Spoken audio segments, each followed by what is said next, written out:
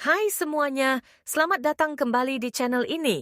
Hari ini kita akan membahas salah satu topik paling panas di Indonesia saat ini, Danantara.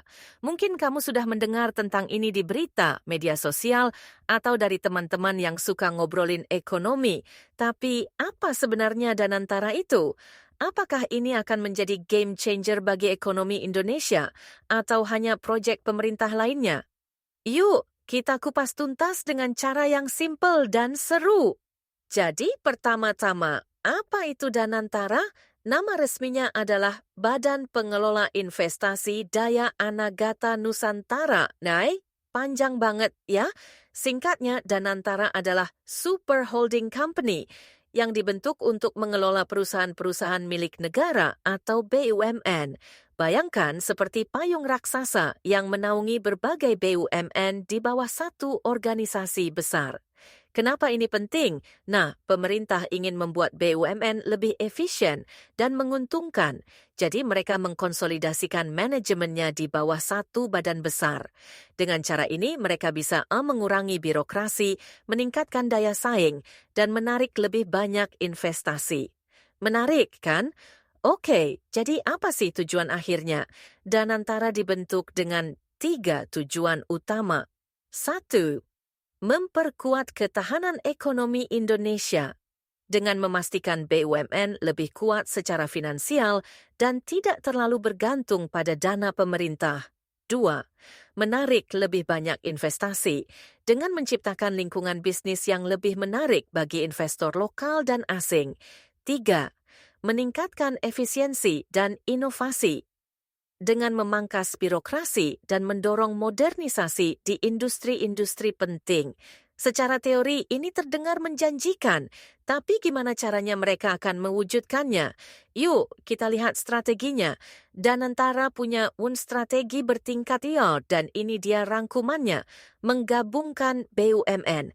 Kunci, alih-alih memiliki banyak perusahaan yang melakukan hal yang sama, Danantara akan menyatukan dan menyederhanakan perusahaan yang tumpang tindih. Menjalin kemitraan global. Mereka mencari kolaborasi dengan investor dan bisnis internasional untuk mendapatkan modal dan keahlian. Optimalisasi aset. Mereka akan mengelola aset negara dengan lebih baik, memastikan pemanfaatan yang maksimal dan menghasilkan lebih banyak pendapatan. Investasi dalam inovasi. Ada dorongan untuk mendukung transformasi digital dan solusi berbasis teknologi di BUMN.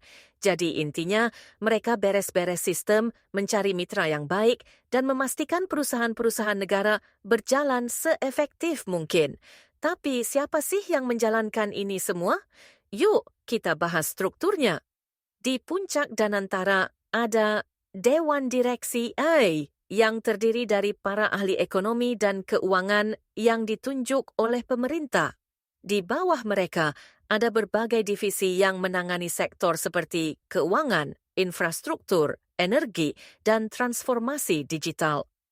Setiap divisi ini mengawasi BUMN dalam bidang mereka masing-masing, memastikan semuanya berjalan sesuai visi besar Danantara. Tentu saja tidak semua orang setuju dengan Danantara. Beberapa orang khawatir bahwa menempatkan terlalu banyak kekuasaan dalam satu organisasi besar bisa menyebabkan salah kelola atau bahkan korupsi. Ada juga yang berpikir bahwa ini malah bisa mengurangi persaingan daripada meningkatkannya. Belum lagi kekhawatiran tentang apakah investasi asing benar-benar akan menguntungkan Indonesia atau hanya perusahaan besar saja. Jadi, menurut kamu gimana? Apakah Danantara akan merevolusi ekonomi Indonesia atau hanya proyek ambisius yang belum tentu berhasil? Tulis pendapatmu di kolom komentar. Dan kalau kamu merasa video ini bermanfaat, jangan lupa like, share, dan subscribe untuk konten menarik lainnya. Sampai jumpa di video berikutnya.